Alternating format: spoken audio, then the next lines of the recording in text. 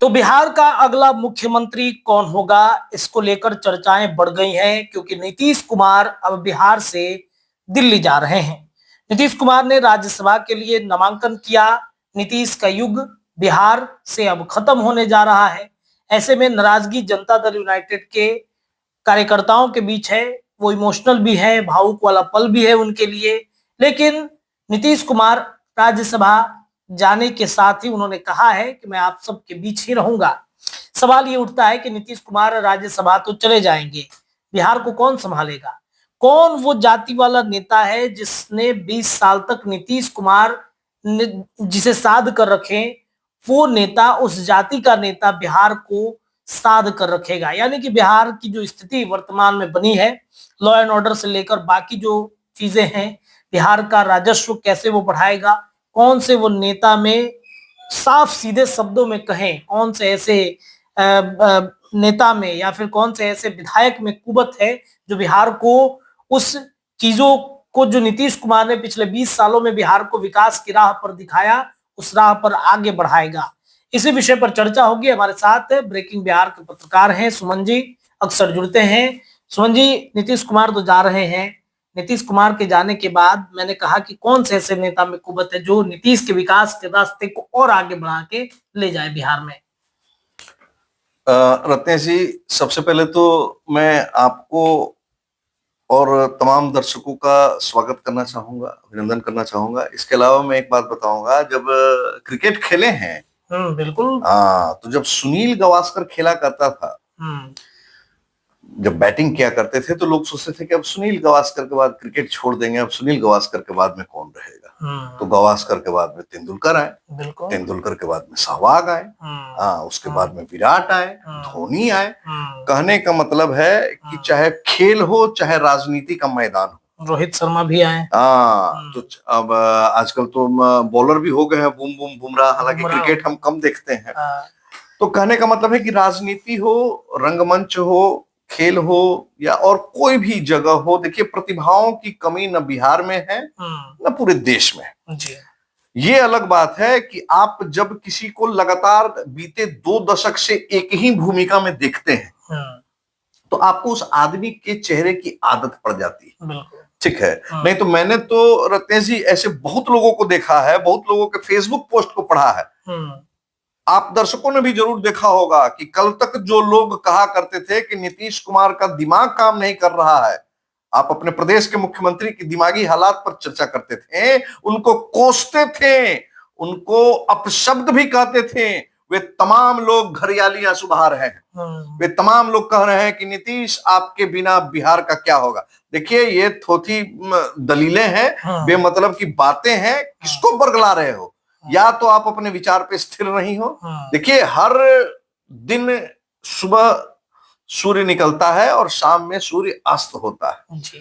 हर दिन का शुरुआत अगर सुबह से होती है तो फिर उस दिन का समापन रात से होता है। नीतीश कुमार ने 21 साल, तकरीबन 21 साल बोलूंगा, बीच में मांझी जी भी कुछ दिन थे, उनको हटाकर, नीतीश कुमार ने रोड के क्षेत्र में, बिजली के क्षेत्र में, लॉ एंड ऑर्डर के क्षेत्र में बहुत अच्छा काम किया। जब उनके हाथ में सरकार गया तो उसको जंगल राज कहा करते थे। हालांकि उसके बाद में जो सरकार आया, हमको याद है, आपको नहीं ध्यान होगा, पहले टाटा सुमो बोलेरो में ऐसे राइफल का नाल बाहर निकला रहता था और लोग गाड़ी चलाया करते थे। आप नहीं देखे होंगे? जी बिल्कुल, हम नहीं देखे। हाँ, हम लोग उस दौर को देखे, उस दौर को खत्म किया, ऑर्गेनाइज्ड क्राइम को खत्म किया। जितने सो कॉल्ड बाहुबली थे, या तो अपने अपने दड़बे में, अपने अपने बिल में छुप गए, जेल की सलाखों के पीछे हैं, या और किसी तरीके से उनको साइड कर दिया गया। अब रहा सवाल कि नीतीश के बाद कौन, तो नीतीश के बाद एक नहीं कई नाम है। अब हम लोगों को तो किसी से राजनीतिक सुपारी मिला नहीं है कि हम लोग किसी 1-2 नाम की ही चर्चा करें।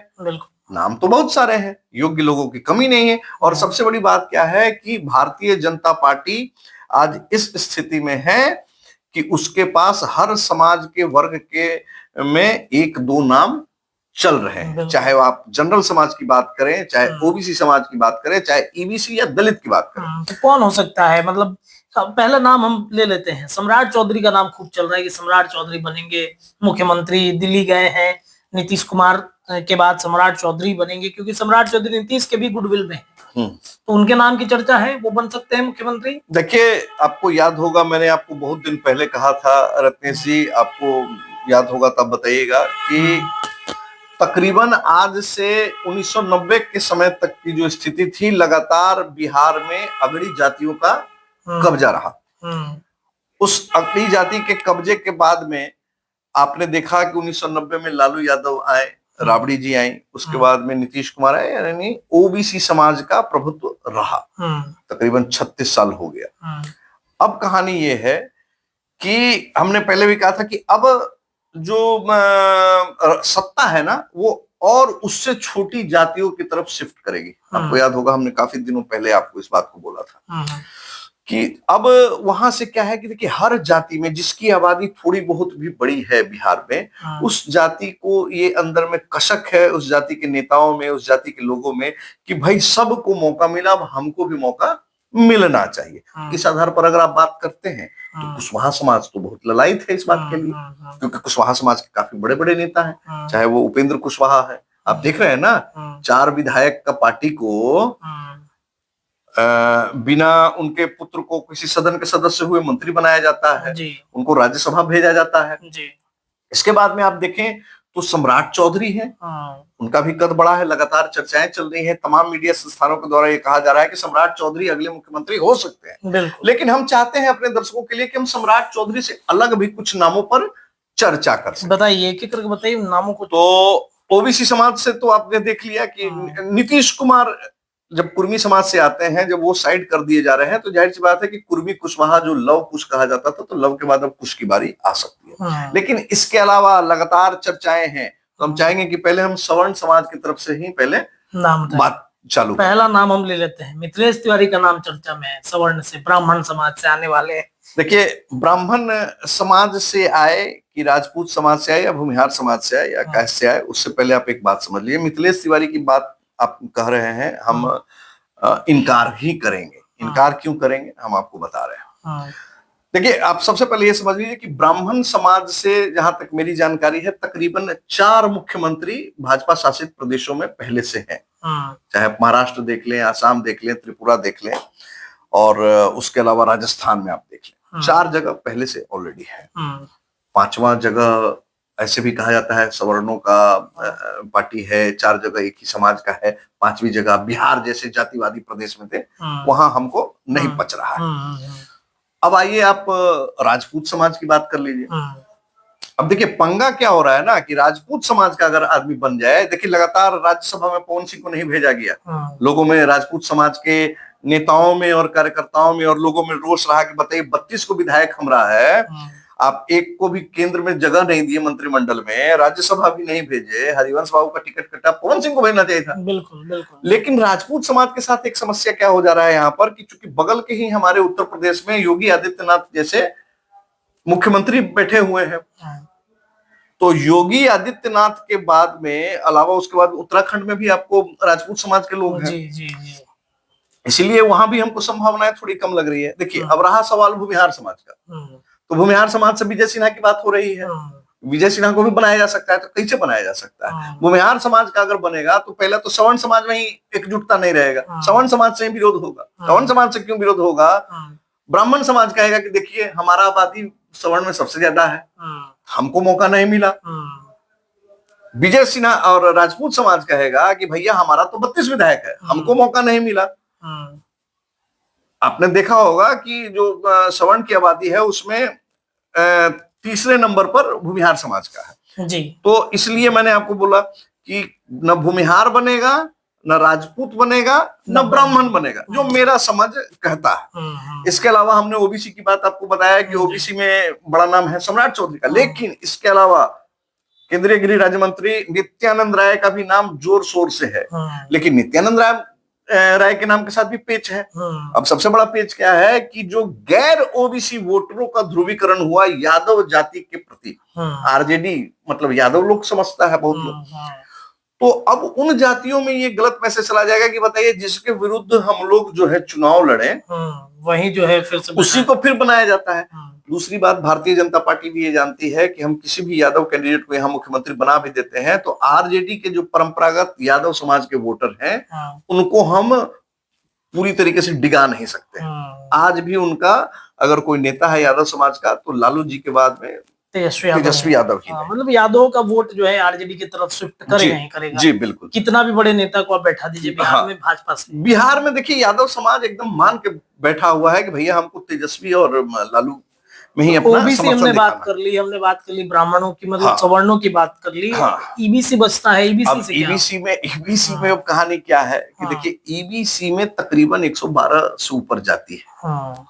अब सबसे बड़ी बात क्या है कि समाज में इन लोगों का 36% अब भागीदारी भी है। लेकिन आप अगर मलाह, केवट और वैश्य समाज का एक दो जाति को छोड़ दें तो किसी का संख्या ज्यादा नहीं है। मलाह का भी हमको लगता है 2 पॉइंट कुछ परसेंटेज है, केवट का भी कुछ ऐसा ही कम है, और वैश्य समाज में भी एक बनिया उनिया जो ईबीसी में आते हैं इन लोगों की आबादी भी कम है। ऐसे भी ब्राह्मण और वैश्य को और सवर्ण को भाजपा की पार्टी कहा जाता है। कहा जाता है कि भाजपा तो बनिया का और सवर्ण का ही पार्टी है। तो हमको लगता है कि बनिया शब्द से भी शायद परहेज करना चाहे। लेकिन अगर आप नामों की बात करते हैं, इसके बाद में अगर आप दलित चेहरे की बात करते हैं तो दलितों में भी बहुत बड़ा झोल है।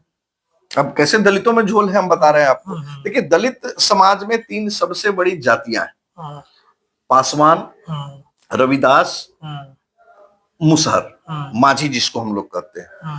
तो माझी समाज के जो नेता हैं वो है आपको जीतन राम माझी, एनडीए में है, माझी समाज के एकमात्र नेता है, बड़े नेता है। इसके बाद में एक नाम आता है आपको तो चिराग पासवान, पासवानों के सबसे बड़े नेता। पासवानों में उनकी लोकप्रियता किसी से छुपी नहीं हुई है। अब बचा सवाल एक रविदास, जो कि 5 मतलब हमको लगता है कि बिहार का दूसरी सबसे बड़ी जाति रविदासी ही 5 पॉइंट कुछ करके। लेकिन रविदास की स्थिति ऐसी है कि राजनीतिक तौर से ही आज भी पासवानों से काफी पीछे रहने वाली जाति है। अब अंतर क्या आ जा रहा है कि वहां पर एक जनक राम के तौर पर एक नाम है, लेकिन क्या सिर्फ दलित वर्ग में एक जाति को रिप्रेजेंट करने के लिए क्या जनक राम को आगे किया जा सकता है? इसके अलावा अगर ईबीसी में ही आप बात करें तो देखिए ईबीसी का 36% भागीदारी है। लेकिन आप देखिए कि बिहार के इंडिया के जितने भी प्रदेश हैं जहां पर भाजपा शासित प्रदेश हैं, जहां पर बीजेपी का मुख्यमंत्री कोई ईबीसी समाज से नहीं है, तो ईबीसी समाज का भी लॉटरी लग सकता है। लेकिन सवाल यही है ना कि ईबीसी में 112 से ऊपर जाती है, तो बाकी जातियां अपने आप को क्या ईबीसी समाज के किसी एक मुख्यमंत्री से अपने आप को कनेक्ट कर पाएंगी? आप नाम की अगर बात कर ले तो प्रमोद चंद्रवंशी हैं, हमारे दीघा के विधायक है संजीव चौरसिया है, ठीक है। उधर ईबीसी में आप रमा निषाद का भी लोग बात कर रहा है। इसके अलावा और भी बहुत सारे नाम हैं। तो कहने का मतलब है कि सम्राट चौधरी का नाम एक तरफ, उसके अलावा जनक राम का हमने नाम आपको बताया ही।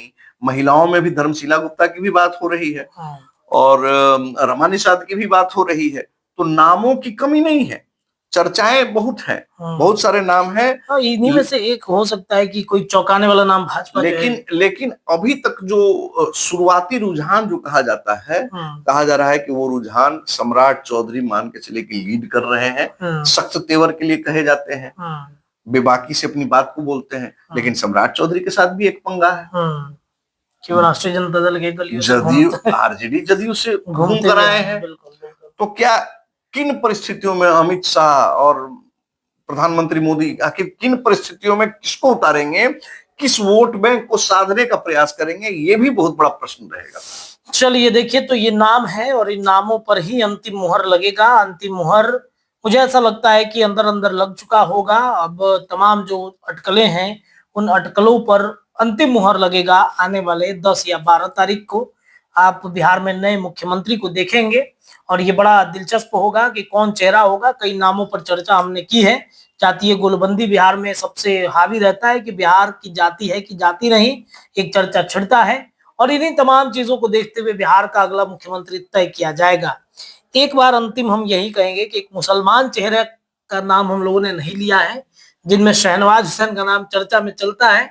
हालांकि ये भी मतलब बहुत जल्दबाजी हो जाएगी कहना, लेकिन अगर कुछ भी अनएक्सपेक्टेड हो बिहार में तो आप चौंकिएगा मत। फिलहाल इस खबर के लिए इतना ही। जुड़े रहिए, अपनी राय रखिए। आपको क्या लगता है कौन मुख्यमंत्री बनेगा, अपनी राय कमेंट में दीजिए। बहुत बहुत धन्यवाद।